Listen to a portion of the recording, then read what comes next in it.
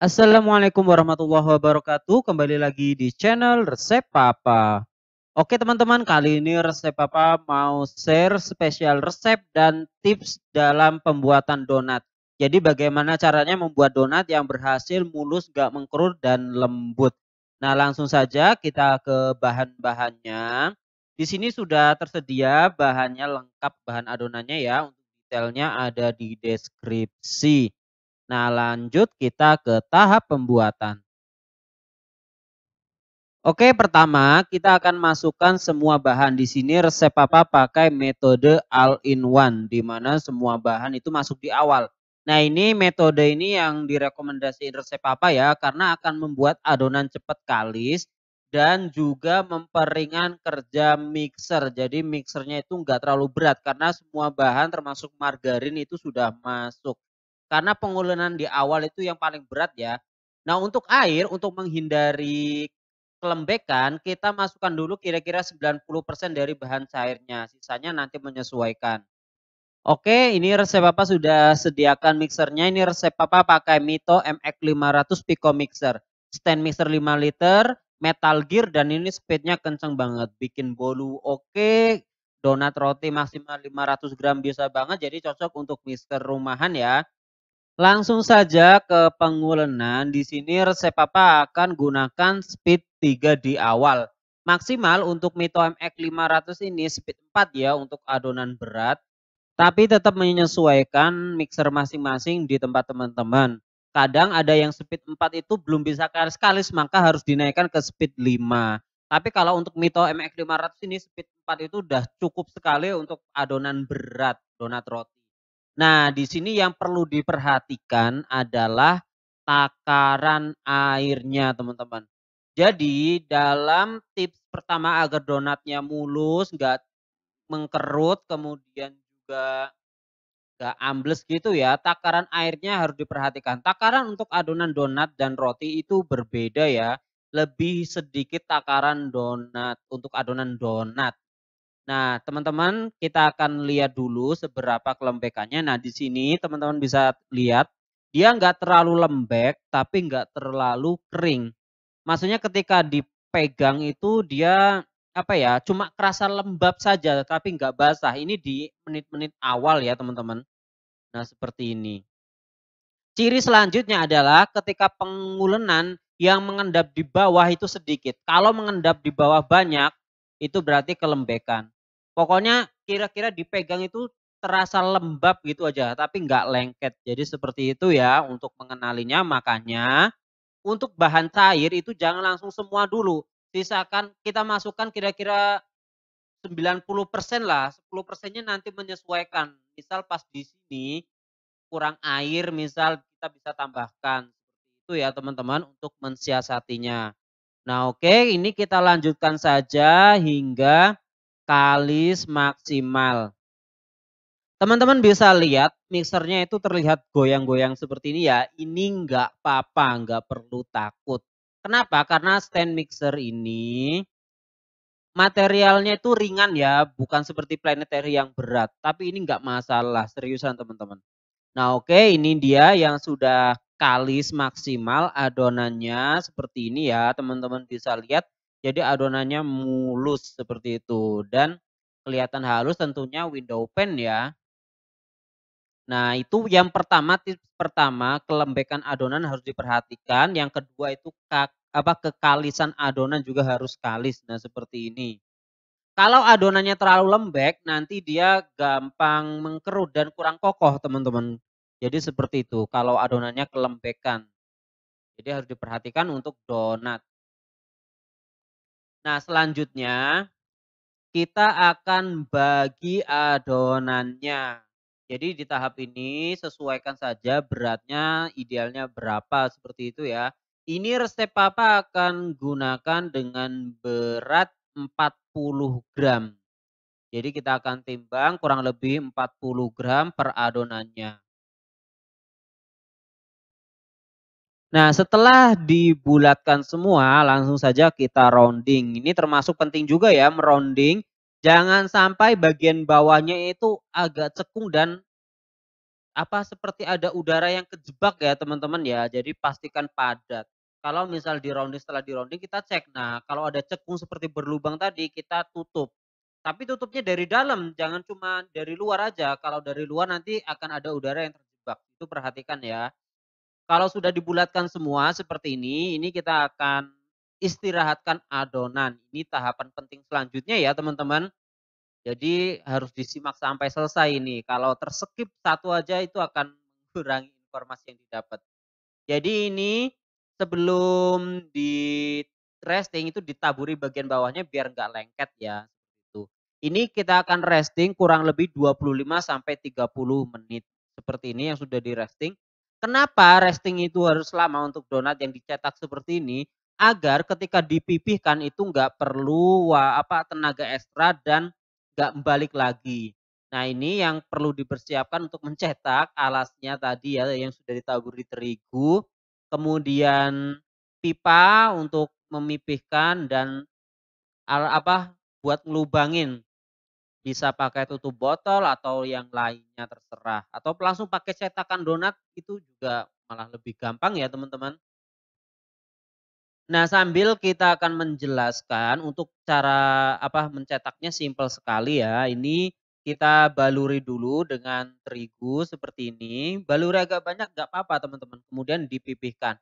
Nah, ini tadi yang kurang lengkap di resting penjelasannya kenapa restingnya harus lama. Agar dicetak ini nggak perlu tenaga ekstra tapi adonannya juga sudah memipih teman-teman.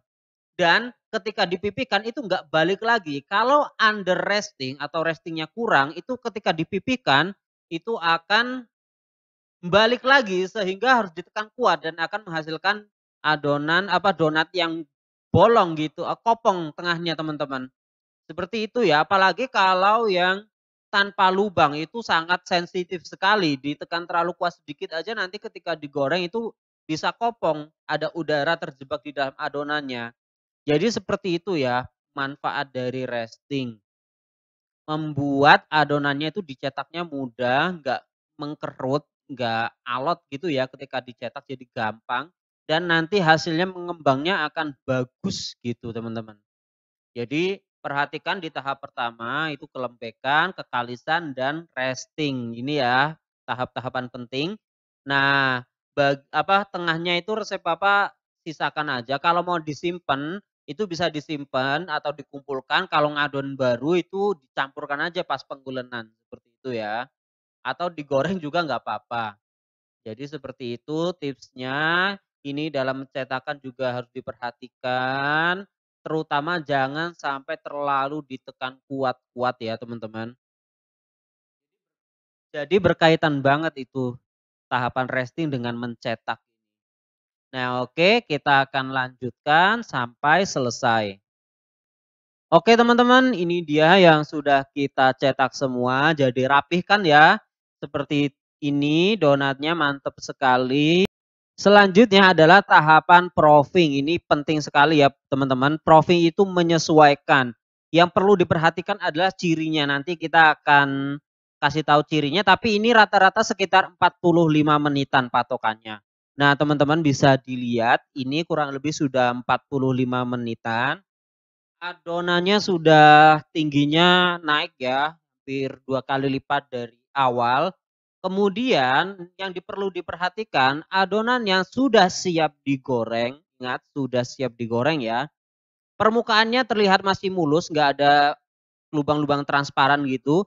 Dan ketika diangkat terasa ringan tapi masih kokoh. Kalau teman-teman adonannya ketika diangkat terus gampang penyok, itu tandanya overproofing. Dan dari tampilan misal, kalau teman-teman mengamati tampilan donat teman-teman ya, ada seperti warnanya itu enggak rata.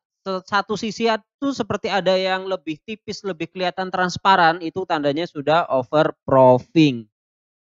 Nah, ini juga pentingnya di takaran air tadi ya, kaitannya di takaran air lagi. Jadi semua tahapan itu sangat berkaitan.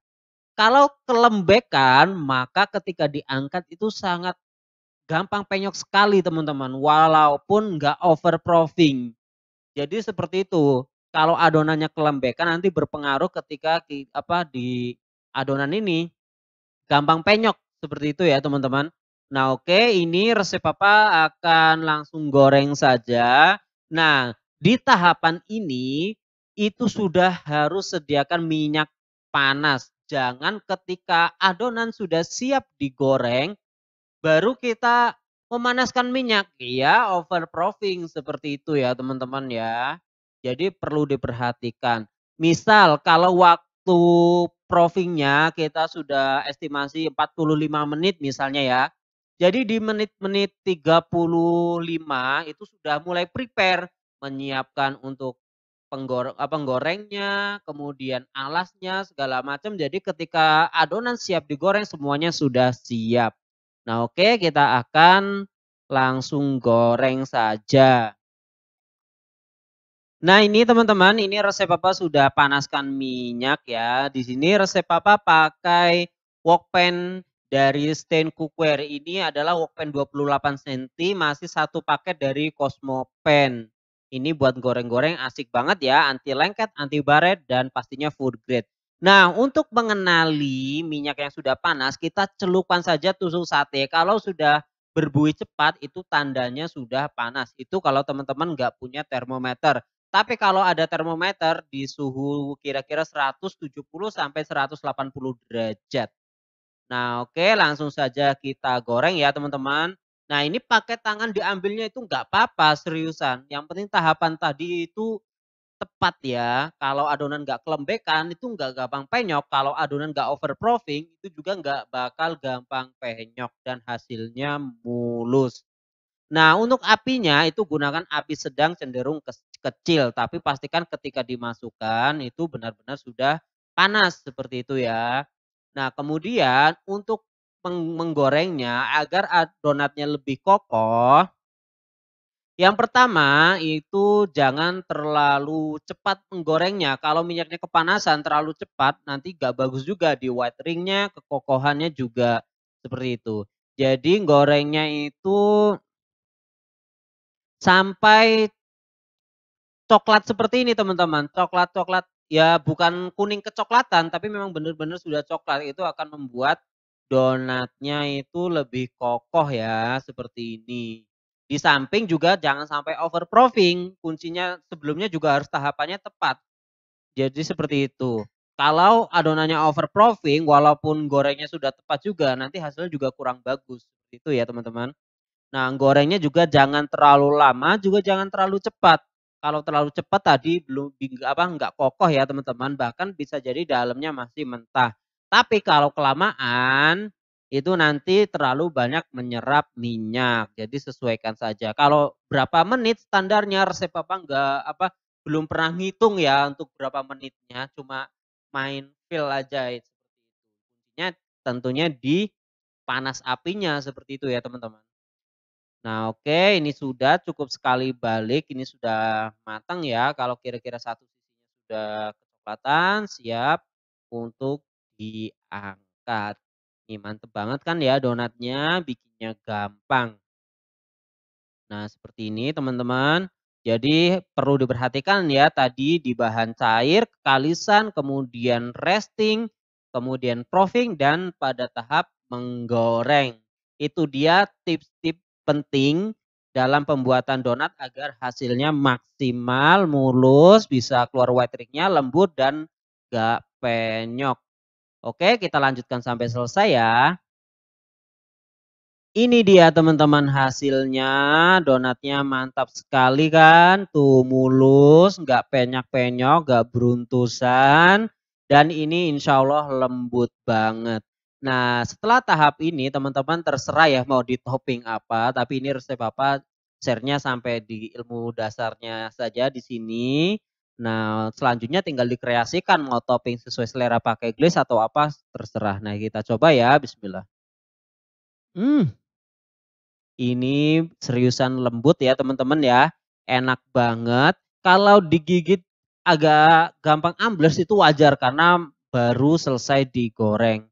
Tapi secara tekstur ini lembut, nggak bikin seret ya, ngunyahnya nggak berat, ringan. Apalagi ini kalau sudah dikasih topping, ini juara banget ya. Oke, semoga bermanfaat ilmu basicnya dari resep papa. Resep papa juga masih belajar yang nyoba share apa yang resep papa tahu ya. Mungkin ada yang lebih banyak lagi, pentinglah apa yang lebih berpengalaman lagi bisa di-share bareng-bareng biar kita semua bisa belajar.